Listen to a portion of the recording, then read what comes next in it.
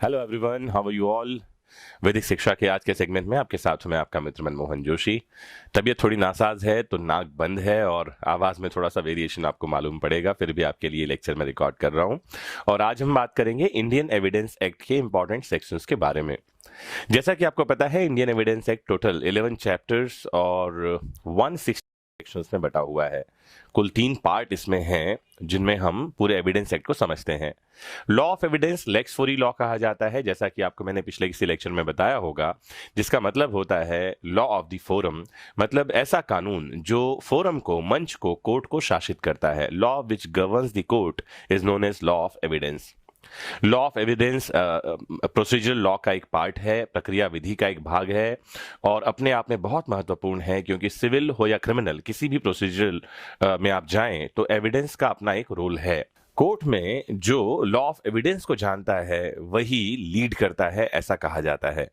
Competitive exam के लिए ये तो काम के हैं ही। आज मैं इस टॉपिक में मैं डिटेल में नहीं जाऊंगा सेक्शंस के, बस यही बताऊंगा कि कौन कौन से इंपॉर्टेंट सेक्शंस हैं लॉ ऑफ एविडेंस में।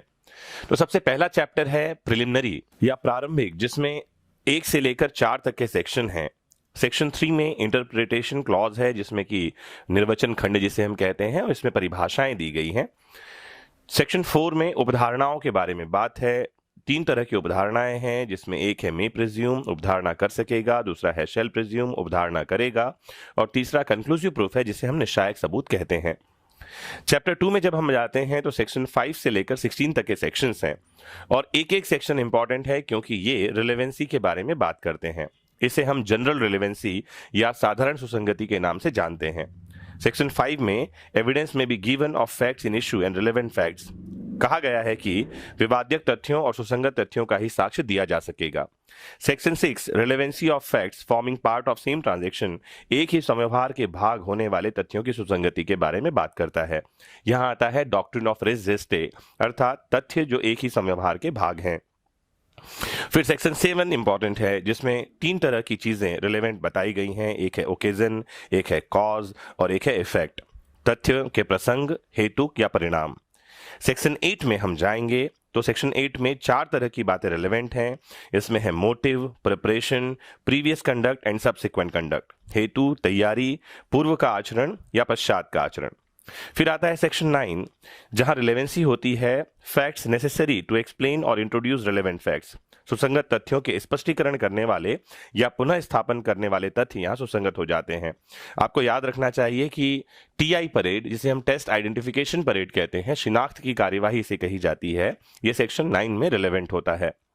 सेक्शन 10 में आप जाएंगे तो आपको मिलेगा थिंग्स सेड और done by conspirator in reference to common design of conspiracy, सामान्य परिकल्पना के बारे में षड्यंत्रकारी द्वारा कही गई या की गई कोई बात सेक्शन 10 में रिलेवेंट है।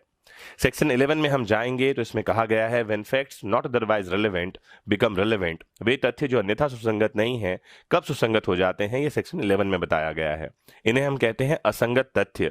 यह संगति क्या होती है, इसके बारे में बहुत डिटेल में बताऊंगा मैं जब हम सेक्शन 11 में जाएंगे। Section 12 in suits for damages facts tending to enable court to determine amount are relevant, नुकसानी के लिए वादों में रकम अवधारित करने के लिए न्यायालय को समर्थ करने वाली जो भी तथ्य हैं वो सब धारा 12 में सुसंगत हो जाते हैं।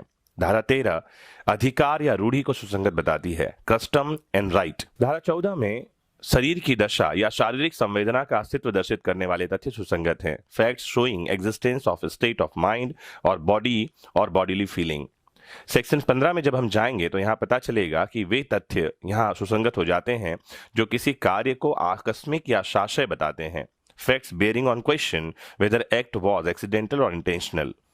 सेक्शन 16 में कारोबार का अनुक्रम सुसंगत होता है, existence of course of business when relevant. तो यहां जो हम धारा 1 से 16 तक देखते हैं, यहां साधारण सुसंगति की बात की गई है। सेक्शन 17 से लेकर के हम जाते हैं आगे तो 31 तक स्वीकृतियों की सुसंगतता है, admissions are relevant under section 17 to 31। तो स्वीकृतियों को भी दो तरह से हम देखते हैं, एक होता है एडमिशन स्वीकृति और एक होते हैं कन्फेशंस संस्वीकृति। तो कन्फेशन यानी संस्वीकृति भी एक तरह की स्वीकृति ही है। Confessions are a kind of admission, ऐसा एडमिशन जिसमें अक्यूज्ड अपने किए गए ऑफेंस को स्वीकार कर लेता है, हम कहते हैं ऐसा एडमिशन कन्फेशन होगा। सेक्शन 17 से लेकर 31 तक हम एडमिशंस के बारे में बात करेंगे, जिसमें सेक्शन 24 से हम कन्फेशंस की भी सुसंगतता या रिलेवेंसी को देखेंगे। तो जब हम सेक्शन 17 में जाते हैं तो हमको एडमिशन की परिभाषा मिलती है, स्वीकृति की परिभाषा। सेक्शन 18 में आप जाएंगे तो admissions by party to proceeding और हिज एजेंट, स्वीकृति कौन कर सकेगा, तो यहां मिलेगा आपको कि कार्यवाही के पक्षकार कर सकेंगे या उनके अभिकर्ता कर सकेंगे। सेक्शन 19 में उन व्यक्तियों द्वारा संस्वीकृतियों को सुसंगत माना गया है जिनकी स्थिति वाद के पक्षकार के विरुद्ध साबित की जानी चाहिए। Admissions by persons whose position must be proved as against party to suit. Section 20 कहता है admissions by persons expressly referred to by party और टू सूट, वाद के पक्षकार द्वारा अभिव्यक्त रूप से जिसको निर्दिष्ट किया गया है उन लोगों की स्वीकृतियां यहां सुसंगत हो जाती हैं। सेक्शन 21 स्वीकृतियों को उनके करने वाले के विरुद्ध या उनके द्वारा साबित किए जाने के बारे में बात करता है। Proof of admissions against persons making them and by और ऑन देयर बिहाफ। सेक्शन 22 में जब हम जाएंगे तो हमको पता चलेगा कि दस्तावेजों की अंतर्वस्तु की मौखिक स्वीकृतियां सुसंगत होती हैं, when oral admissions as to contents of documents are relevant. Section 22A में जाएंगे तो पता चलेगा कि इलेक्ट्रॉनिक अभिलेखों की अंतर्वस्तुओं की मौखिक स्वीकृतियां भी सुसंगत हो जाती हैं, when oral admissions as to contents of electronic records are relevant. Section 23 में admissions in civil cases when relevant, civil मामलों में स्वीकृतियों की सुसंगतता के बारे में बात है। सेक्शन 24 में कन्फेशन के बारे में बात है कि कन्फेशन कब रिलेवेंट नहीं होगा। ये कहता है इंड्यूसमेंट, थ्रेट और प्रॉमिस से अगर कन्फेशन करवाया गया है तो ये रिलेवेंट नहीं होगा। उत्प्रेरणा, धमकी या वचन के अंतर्गत किसी को संस्वीकृति करवाई गई है तो वो सुसंगत नहीं है। धारा 25 कहती है कि पुलिस ऑफिसर से की गई संस्वीकृति साबित नहीं की जाएगी। Confession to police officer not to be proved. 26 कहती है कि यही कन्फेशन जो पुलिस ऑफिसर से किया गया, पुलिस कस्टडी में किया गया, अगर मजिस्ट्रेट की उपस्थिति में की जाए तो सुसंगत हो जाती है। Confession by accused while in custody of police not to be proved against him, तो ये कस्टडी में होगा तो साबित नहीं किया जाएगा, लेकिन अगर मजिस्ट्रेट की उपस्थिति होगी तो साबित की जा सकेगी, ध्यान रखने की जरूरत है।